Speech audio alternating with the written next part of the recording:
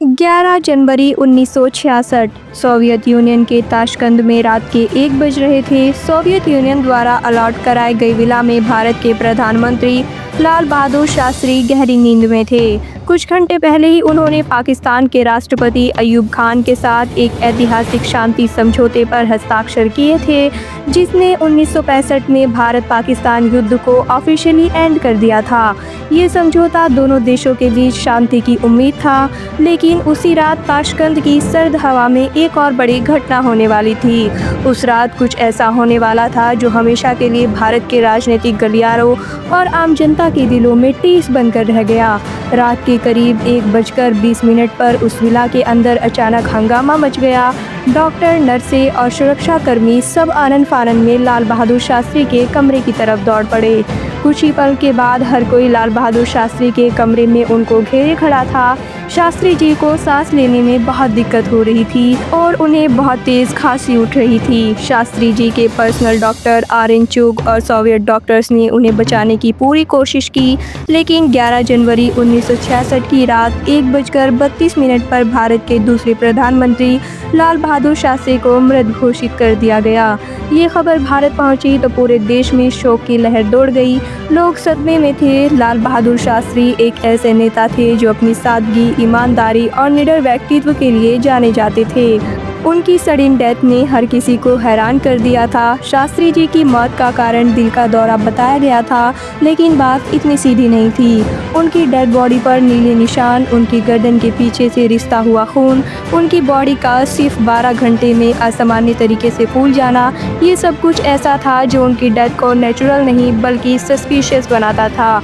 लेकिन हैरानी की बात यह है कि एक सिटिंग प्राइम मिनिस्टर की बॉडी का पोस्टमार्टम तक नहीं कराया गया और यहीं से कॉन्स्पिरेसी थ्योरीज का तूफान शुरू हो गया।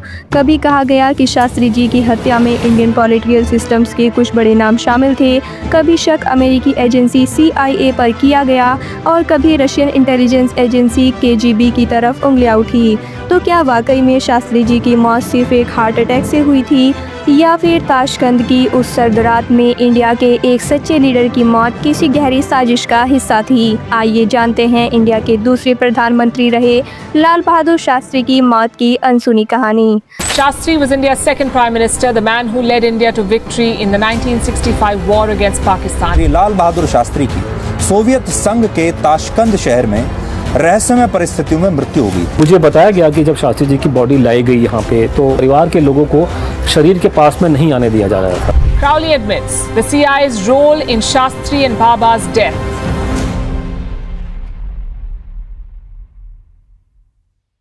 लाल बहादुर शास्त्री का जन्म 2 अक्टूबर 1904 को उत्तर प्रदेश के मुगल सराय में हुआ था।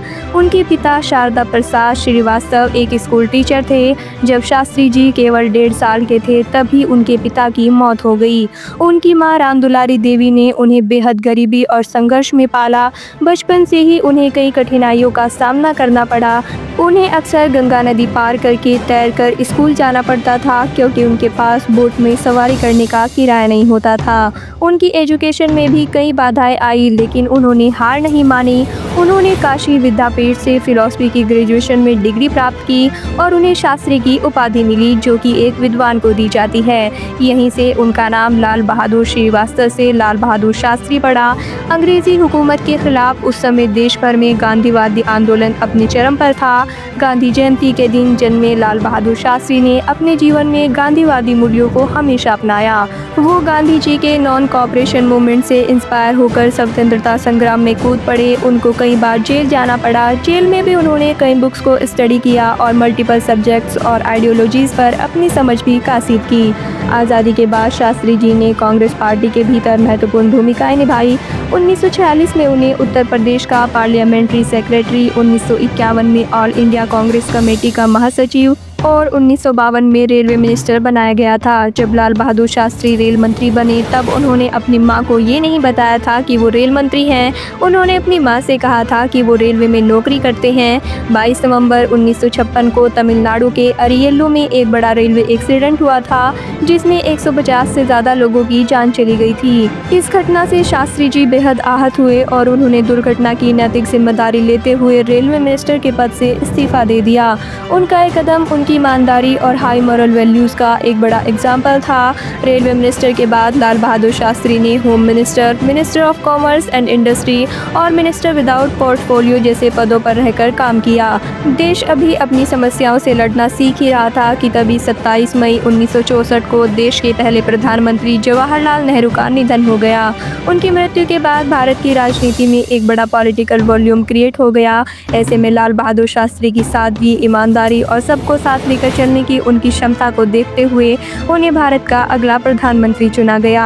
ये एक ऐसा समय था जब भारत कई आंतरिक और बाहरी चुनौतियों का सामना कर रहा था। पाकिस्तान कश्मीर पर दांत गड़ाए बैठा था। पहले से गरीबी की मार झेल रहे देश में फूड क्राइसिस की एक बड़ी समस्या थी और भारत गेहूं के लिए भी अमेरिका पर निर्भर था।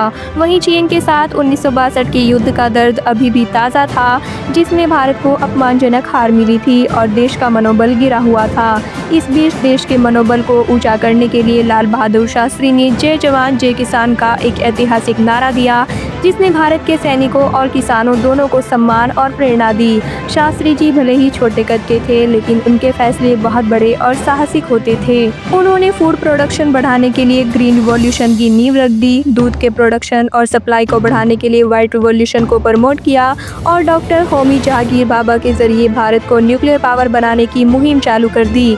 वो हर हाल में भारत को एक आत्मनिर्भर देश बनाना चाहते थे, ताकि भारत को मदद के लिए किसी बाहरी देश की ओर न देखना पड़े। लाल बहादुर शास्त्री को प्रधानमंत्री बने करीब 14 महीने ही हुए थे कि तभी उनके सामने एक और बड़ी चुनौती आ गई। पाकिस्तान ने अगस्त 1965 में कश्मीर को हड़पने की एक और नाकाम कोशिश करते हुए एक और युद्ध को न्योता दे दिया।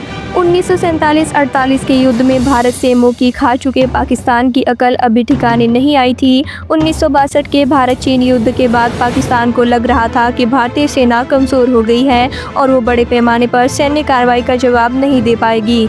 उस दौरान पाकिस्तान को अमेरिका से भर कर एडवांस वेपन्स, टैंक्स और फाइटर जेट्स मिल रहे थे, जिससे पाकिस्तान और भी ज़्यादा हवा में था। इसलिए पाकिस्तान ने भारत की ज़मीन पर कब्जा करने के इरादे से अगस्त 1965 में ऑपरेशन जिब्राल्टर शुरू कर दिया, जिसके तहत जम्मू कश्मीर में छोटे छोटे टुकड़ियों में घुसपैठियों को भेजा जाना था, जिन्हें पाकिस्तानी सेना ने जिब्राल्टर फोर्स का नाम दिया था। लगभग 40,000 मुजाहिदीन और रेगुलर फोर्स के हज़ारों सैनिकों को लाइन ऑफ कंट्रोल के पास जम्मू कश्मीर में घुसपैठ करवाई गई। ये पाकिस्तान की एक सीक्रेट प्लानिंग थी, जिसमें कश्मीर की मुस्लिम कम्युनिटी में विद्रोह भड़काकर उन्हें भारत सरकार के खिलाफ करने और फिर हमला करने की तैयारी की थी। लेकिन पाकिस्तान का ये प्लान तब चौपट हो गया जब कश्मीर के लोगों ने पाकिस्तानी घुसपैठियों को समर्थन देने से इनकार कर दिया। पाकिस्तान के राष्ट्रपति अयूब खान लाल बहादुर शास्त्री को एक कमज़ोर नेता समझते थे। उन्हें लगता था कि 5 फीट 2 इंच के छोटे कद का आदमी पाकिस्तान के हमले का भला क्या ही मुकाबला करेगा। लेकिन यही सोच अयूब खान की सबसे बड़ी भूल साबित हुई। लाल बहादुर शास्त्री के नेतृत्व में भारतीय सेना ने वो काम किया जो उससे पहले कभी नहीं हुआ था। शास्त्री जी ने सेना को खुली छूट देते हुए कहा कि अगर वो हमारे देश में घुस रहे हैं तो तुम भी उनके देश में घुस जाओ। उन्होंने सेना को अंतर्राष्ट्रीय सीमा पार कर लाहौर तक आगे बढ़ने का आदेश दे दिया। ये एक ऐसा फैसला था कि जिसने दुनिया को चौंका दिया। कई देशों ने भारत के इस कदम की आलोचना भी की थी, लेकिन शास्त्री जी अपने फैसले पर अटल रहे। उन्होंने साफ कह दिया था कि अगर पाकिस्तान अपनी सीमाओं का सम्मान नहीं करेगा तो भारत अपनी सॉवरेनिटी और सिक्योरिटी के लिए किसी भी हद तक जाएगा। वो पहले ही देश को संबोधित करते हुए कह चुके थे कि अगर तलवार की नोक पर या एटम बम के डर से कोई हमारे देश को डराना चाहे, दबाना चाहे, तो ये देश दबने वाला नहीं है। तलवार की नोक पर या एटम बम के डर से कोई हमारे देश को झुकाना चाहे, ये देश हमारा दबने वाला नहीं। अपने प्रधानमंत्री की तरफ से फ्री हेड मिलने के बाद भारतीय सेना ने भारी चुनौतियों के बावजूद इतनी बहादुरी से लड़ाई लड़ी कि जो पाकिस्तान कश्मीर लेने आया था उसकी लाहौर गंवाने तक की नौबत आ गई। भारतीय सेना ने लाहौर के पास मौजूद बरकी की पोस्ट पर भारतीय तिरंगा लहरा दिया, जिससे पाकिस्तान के होश उड़ गए। भारत को इस वॉर में अपर हेड ज़रूर मिला था, लेकिन कोई निर्णायक जीत भारत को नहीं मिल पा रही थी और लड़ाई लगातार खिंचती जा रही थी। जहाँ पाकिस्तान भारत की जवाबी कार्रवाई से हैरान था और युद्ध विराम चाहता था, तो वहीं भारत इस युद्ध को लंबा खींचने के बजाय अपनी तरक्की पर ध्यान देना चाहता था। ऐसे में यूनाइटेड नेशन के इंटरफेरेंस से सीज फायर की घोषणा हो गई और भारत पाकिस्तान के बीच युद्ध शुरू होने के 17 दिन बाद रुक गया। ये कोल्ड वॉर का समय था जब अमेरिका और सोवियत यूनियन में खुद को दुनिया का सबसे सुपीरियर देश साबित करने की होड़ मची हुई थी। सोवियत यूनियन भी दुनिया में शांति ला सकता है, ये साबित करने के लिए सोवियत ने भारत और पाकिस्तान के बीच शांति समझौता कराने की पेशकश की। दोनों देश सोवियत की इस मेडिएशन के लिए तैयार हो गए। इस बातचीत के लिए उज़्बेकिस्तान के ताशकंद को चुना गया, जो उस समय यूएसएसआर का एक महत्वपूर्ण शहर था। उस जगह को इसलिए भी चुना गया था क्योंकि दोनों देशों से ज्योग्राफिकली दूर था, जिससे न्यूट्रलिटी बनी रहती। युद्ध 23 सितंबर 1965 को रुका था, जिसके लगभग 3 महीने बाद 3 जनवरी 1966 के आसपास प्रधानमंत्री लाल बहादुर शास्त्री ताशकंद के लिए रवाना होते हैं। उनके साथ एक छोटा प्रतिनिधि मंडल था, जिसमें उनके निजी डॉक्टर आर.एन. Chugh, personal assistant MM.N. Sharma, personal secretary Jagannath Sahay, विदेश मंत्रालय के संयुक्त सचिव L.K. Jha, media adviser Kuldip Nayar और सुरक्षा अधिकारी R. कपूर शामिल थे। ताशकंद में उन्हें सोवियत सरकार द्वारा अलॉट कराई गई विला में ठहराया गया। ये विला सोवियत संघ के स्टैंडर्ड के अकॉर्डिंग था, लेकिन बहुत शानदार। ये आधुनिक नहीं था। ताशकंद में दोनों देशों के प्रतिनिधि जब बातचीत के लिए टेबल पर एक साथ बैठे तो बातचीत इतनी आसान नहीं रही। पाकिस्तान के राष्ट्रपति अयूब खान अपनी मांगों पर अड़े हुए थे।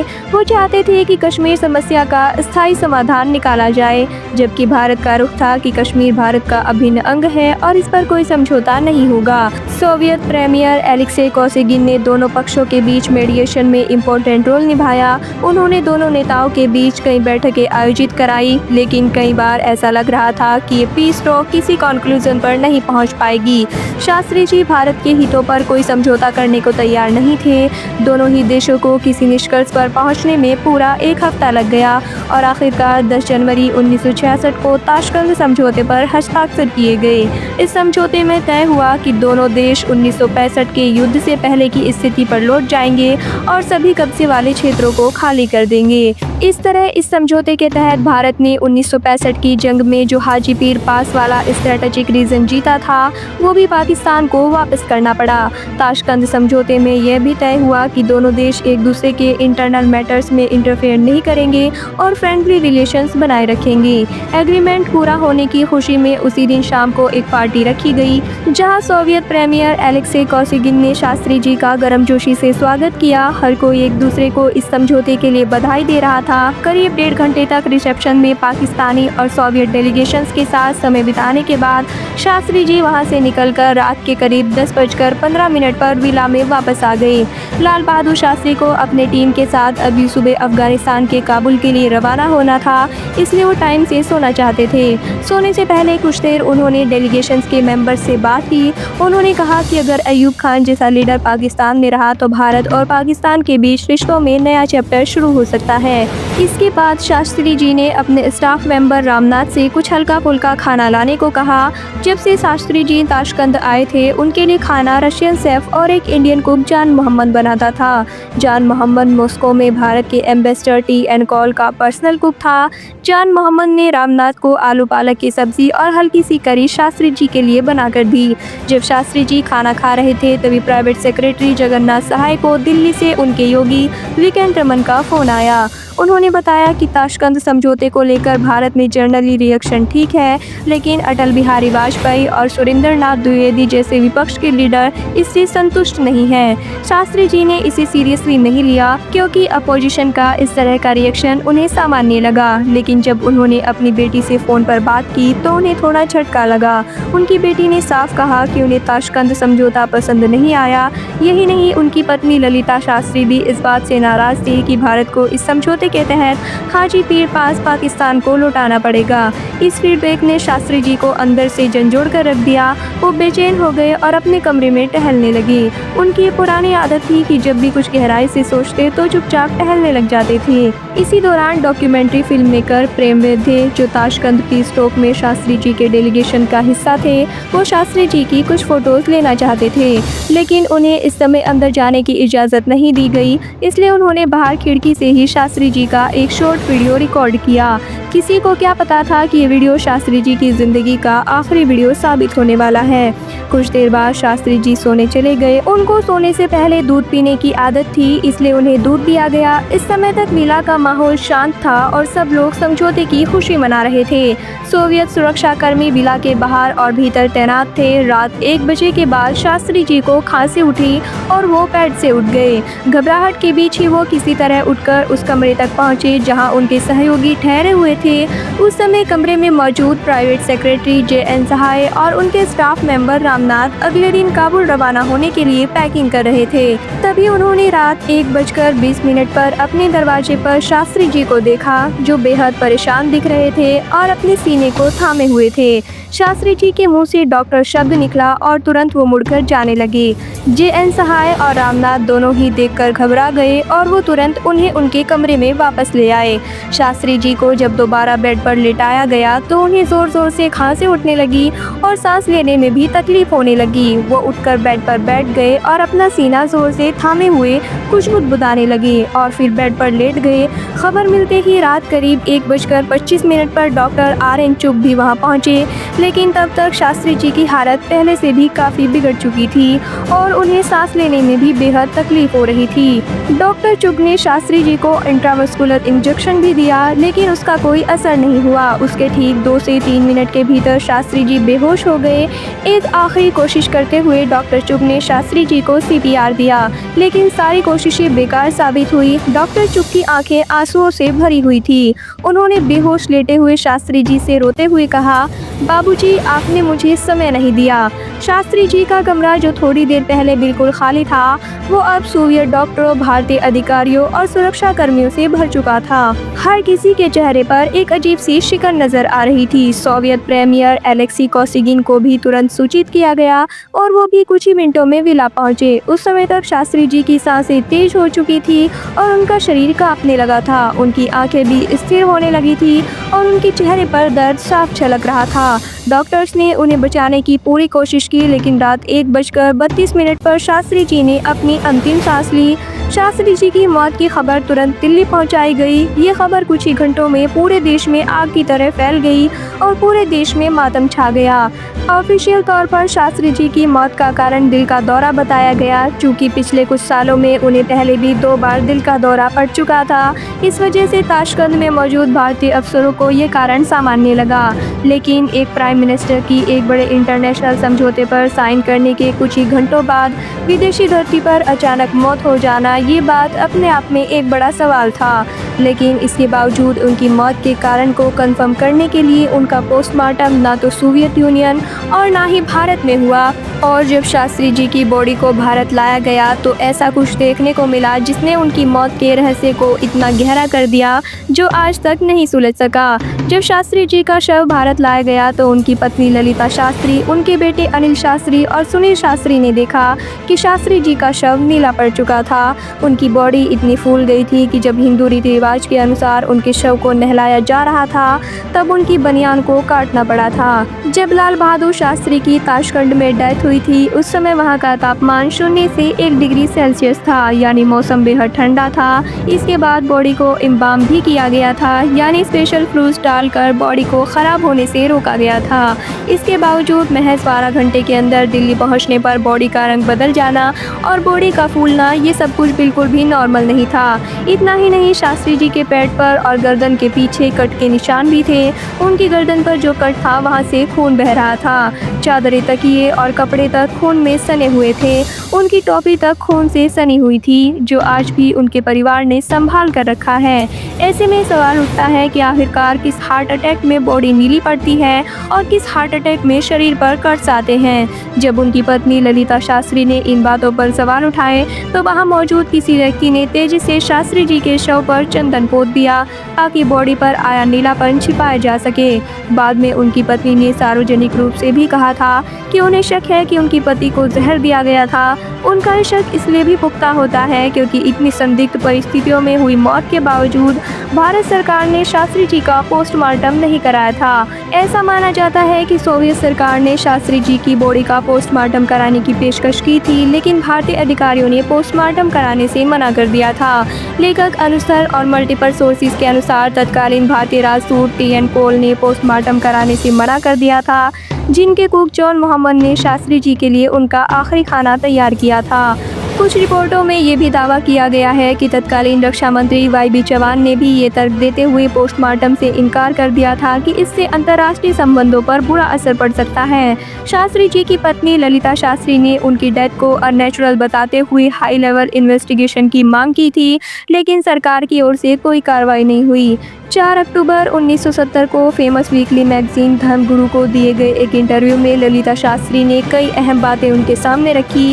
उन्होंने बताया कि जब शास्त्री जी बेहोश हो रहे थे तब वो बार बार उस थर्मस की तरफ इशारा कर रहे थे जिससे उन्हें पानी दिया गया था। शुरुआत में वहां मौजूद डॉक्टर चुप को लगा कि शायद उन्हें प्यास लगी है, लेकिन जब पानी दिया तो उन्होंने उससे पानी नहीं पिया।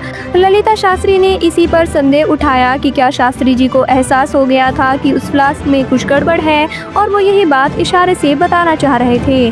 सबसे अहम बात यह थी कि उस थर्मस फ्लास्क को शास्त्री जी अपने साथ लेकर चलते थे, लेकिन उनकी मृत्यु के बाद उस बोतल को भारत लाया ही नहीं गया और ना ही बोतल फिर कभी कहीं मिल सकी। शास्त्री जी की पर्सनल डायरी को भी उनके निधन के बाद गायब कर दिया गया। इसके अलावा एक और बात ने शक को और गहरा कर दिया। शुरुआत में शास्त्री जी को एक होटल में ठहराया जाना था और सभी तैयारियां वहीं हो गई थी, लेकिन अचानक आखिरी वक्त पर उनके स्टे को वहां से बदलकर 250 गज दूर एक विला में शिफ्ट कर दिया गया। आज तक ये स्पष्ट नहीं हो पाया कि ऐसा क्यों किया गया। इन तमाम अनसुलझे सवालों और पोस्टमार्टम न कराने की वजह से ये शक गहरा होता चला गया कि क्या भारत के दूसरे प्रधानमंत्री लाल बहादुर शास्त्री की हत्या की गई थी। इसके बाद कई थ्योरीज सामने आई जिन्होंने इस मामले को एक जटिल और रहस्यमय पहेली बना दिया। इनमें से कई कॉन्स्पिरेसी थ्योरीज में दावा किया गया कि शास्त्री जी को जहर दिया गया था, जिससे उनके शरीर पर नीले निशान पड़ गए थे। इस थ्योरी को उनके परिवार के बयानों से बल मिला। इसके बाद शक की सुई सबसे पहले अमेरिका की इंटेलिजेंस एजेंसी CIA की ओर घूमी। उस समय भारत एक इम्पोर्टेंट जियोग्राफिकल मोड़ पर था। कोल्ड वॉर के दौरान अमेरिका नहीं चाहता था कि भारत सोवियत संघ के करीब जाए, खास तौर पर जब भारत अपने न्यूक्लियर प्रोग्राम की ओर तेजी से बढ़ रहा था। इससे जुड़ा एक बड़ा दावा CIA के पूर्व अधिकारी रॉबर्ट क्रॉली के हवाले से आया, जिसे पत्रकार ग्रेगरी डगलस की बुक में कोड किया गया है। इन दावों के अनुसार CIA ने भारत के परमाणु कार्यक्रम को रोकने के लिए डॉक्टर होमी जागीर भाभा और लाल बहादुर शास्त्री दोनों की हत्या की साजिश रची थी। शास्त्री जी की मौत के ठीक 2 हफ्ते बाद 24 जनवरी 1966 को होमी जागीर भाभा भी एक प्लेन क्रैश में मौत हो गई थी। ये दोनों मामले लगभग 1 महीने के भीतर होना कोई कोइंसिडेंस नहीं, बल्कि एक सोची समझी साजिश जैसा प्रतीत होता है। इसके बाद एक थ्योरी सोवियत खुफिया एजेंसी KGB की भूमिका पर भी सवाल खड़ा करती है। उस दौर में KGB को दुनिया की सबसे खतरनाक सपा एजेंसी माना जाता था। कहा जाता है कि KGB इतनी ताकतवर थी कि कभी कभी सोवियत राष्ट्रपति भी उसके ऑपरेशन से अनजान रहते थे। कई इंटरनेशनल नेताओं की असैसिनेशन KGB के लिए आम बात थी। कुछ रिपोर्ट में दावा किया गया कि सोवियत संघ भारत को कमज़ोर करना चाहता था या भारत में किसी ऐसे नेता को स्थापित करना चाहता था जो उनके लिए ज़्यादा फेवरेबल हो। शास्त्री जी अपनी स्पष्ट सोच और मजबूती के लिए जाने जाते थे। उन्होंने वियतनाम युद्ध के दौरान अमेरिका की निंदा की थी, ये जानते हुए भी कि इससे भारत को मिलने वाली फूड ग्रेन सप्लाई रुक सकती है, यानी वो किसी के दबाव में आने वालों में से नहीं थे।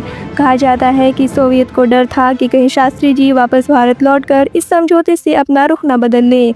ऐसा होने पर सोवियत, जो खुद को अमेरिका से सुपीरियर साबित करने में लगा था, उसकी छवि पर बुरा असर पड़ता और इसी वजह से शायद शास्त्री जी को रास्ते से हटा दिया गया। हालांकि इन दावों की पुष्टि करने वाला कोई स्ट्रॉन्ग एविडेंस नहीं मिला। इसके उलट एक मत ये भी है कि अगर सोवियत को शास्त्री जी को मारना ही होता तो वो इसके लिए अपनी ज़मीन को नहीं चुनता और ना ही भारत सरकार से पोस्टमार्टम करने की इच्छा जताता।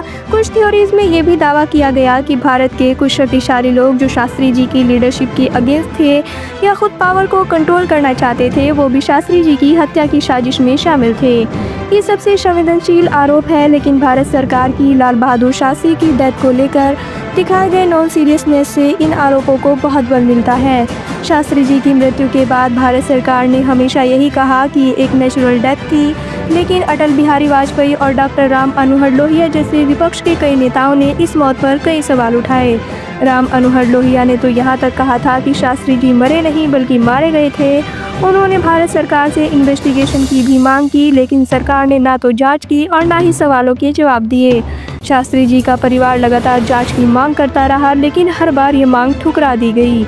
लेकिन साल 1977 में जब भारतीय राजनीति में एक बड़ा बदलाव हुआ और चुनाव में कांग्रेस को पछाड़कर जनता पार्टी सरकार में आई, तो ललिता शास्त्री की मांग पर 1977 में समाजवादी नेता राजनारायण के नेतृत्व में शास्त्री जी की मृत्यु की जांच के लिए एक कमेटी का गठन किया गया, जिसे राजनारायण कमेटी के नाम से जाना जाता है। इस कमेटी ने कुछ रिपोर्ट और दस्तावेज इकट्ठा किए और कुछ गवाहों से भी बात की, लेकिन इसे कभी भी आधिकारिक शक्तियाँ नहीं दी गई और इसकी रिपोर्ट भी सार्वजनिक नहीं हुई। शास्त्री जी के पर्सनल डॉक्टर RN चूक, जो ताशकंद में उस रात शास्त्री जी के साथ थे, उन्हें भी इस मामले में राजनारायण कमेटी ने पूछताछ के लिए बुलाया था, लेकिन इससे पहले कि वो अपना बयान दर्ज करवा पाते, उससे पहले ही एक सड़क हादसे में उनकी और उनके परिवार की मौत हो गई।